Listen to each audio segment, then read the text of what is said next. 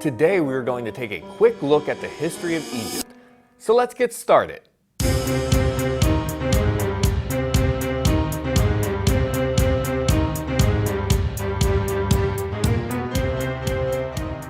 How's it going, everybody? Welcome to Virtual History 360. I'm Mr. Wade, and we're talking about the expansion and decline of ancient Egypt, specifically the Middle and New Kingdoms today.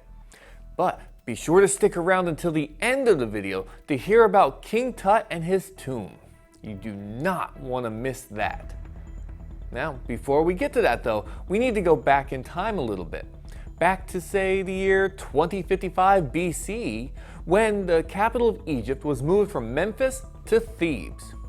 During this time, the new rulers exercised their military might in conquering lands to the south in Nubia and lands to the northeast to present-day Syria. This helped finance the improvements to the country because the Egyptians required the newly conquered peoples to pay a tribute to them. Now, these improvements included more irrigated farmland, thousands of acres, which increased crop production and their surplus of food. The new pharaohs also constructed a canal that connected the Nile River to the Red Sea, which opened up trade to Arabia and East Africa as well. During this time, prosperity of arts and architecture also flourished. No longer were the pharaohs building pyramids. Now they were carving their tombs into the limestone cliffs in what is now called the Valley of the Kings. These tombs were elaborately painted and decorated, but we're going to get to that in just a little bit. Now, I hope I'm helping you understand history just a little bit better, so please consider subscribing to keep up with my newer videos. And also check out the awesome history merchandise like shirts, hoodies, and masks found in my Teespring store. Check it out. I'm going to put a link in the description for you. Back to Egypt. The end of the Middle Kingdom came when the Hyksos invaded and took advantage of an ongoing civil war and used their superior military technology and tactics to take control of the land. And while they ruled for about 100 years, the Egyptians hated the Hyksos. So around 1550 BC, an Egyptian prince named Ahmose formed an army that used the Hyksos weapons such as the wheeled chariot against them and drove the Hyksos out of Egypt. Ahmose formed a new dynasty that would become the New Kingdom. It picked up where the Middle Kingdom left off, and Egypt again prospered through trade and conquest. Now, what do you say we talk about some of the key individuals from this period? For starters, we need to talk about HATSHEPSUT, who was one of only a few female rulers in Egyptian history. In a great power move, she declared herself to be ruler instead of her nephew that she was looking after. But just calling yourself queen does not make it so. HATSHEPSUT had to prove that she was a good leader, and she did. She was more interested in trade rather than fighting wars. The Egyptians traded with nearby kingdoms like the Phoenicians. This prosperity allowed HATSHEPSUT to build new temples as well as restore older monuments. Her personal tomb is huge. I mean, look at this. But unfortunately, when she died, her nephew, Thutmose III, had her name removed from the royal texts and monuments in an attempt to erase her from history. Now, luckily, he did not succeed, and we know about her reign. About 100 years after the death of Thutmose III, his great-grandson Amenhotep IV came to power.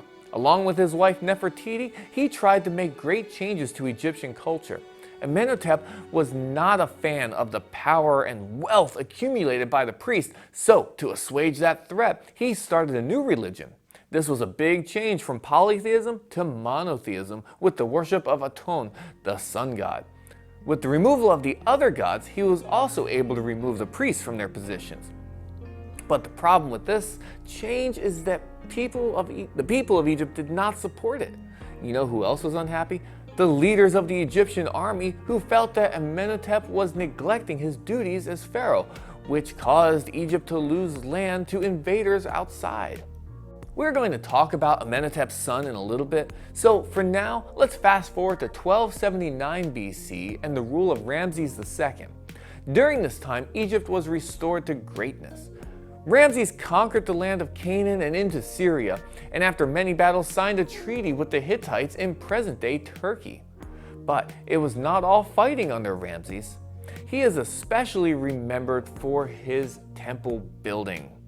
Take a look at the Karnak at Thebes. I mean, look at this. This massive structure with its columned hall is simply impressive. Now, when you think of temples, you are probably focused on the religious aspect, but they were so much more. For example, the priests would hire people to work there. That's a boost to the local economy, right?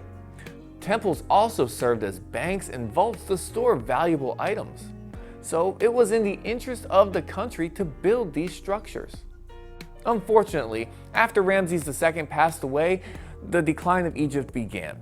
The pharaohs that followed fought in numerous costly wars which weakened their armies. This in turn allowed neighboring countries to attack, such as the Libyans and the Kush, and finally the Assyrians from Mesopotamia, who took control of Egypt in 670 BC. But what about King Tut and his tomb? Well, first off, Tutankhamun was the son of Amenhotep, and he was 10 years old when he ascended to the throne. King Tut is not remembered for much during his time, but the one thing you should know about his time as pharaoh is that Tutankhamun reversed the decision of his father and brought back polytheism and the old gods. When he died unexpectedly at the age of 19, he was hurriedly buried in a tomb and quickly forgotten. It was not until 1922, when Howard Carter discovered his tomb, that he really became famous.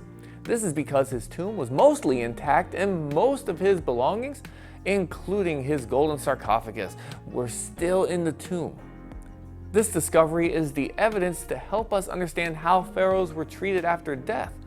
So, while Tutankhamun did not leave a big legacy during his time, he is remembered by us today. Now, how is that a pharaoh's tomb can be forgotten? The belief is that when Ramses VI, about 100 years later, ordered his tomb to be dug, the crews that were hired for the job built their temporary residences over the entrance to Tut's tomb. These shacks would have been discarded when the job was finished, but they effectively sealed off the older pharaoh's possessions until they were discovered while excavating the workers' quarters by Mr. Carter thousands of years later. Leave a comment below telling me what you think about the legacy of King Tut. Also, tell me about any other interesting pieces of Egyptian history that I might have missed here. I know there's a lot. Just let me know, okay?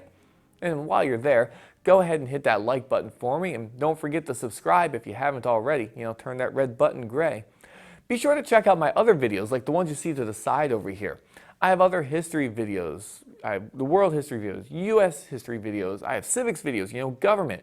I also have videos that are shot in 360 that you can look all the way around. So check them out, because I know you're going to like them. For Virtual History 360, I'm Mr. Wade. I'll see you next time.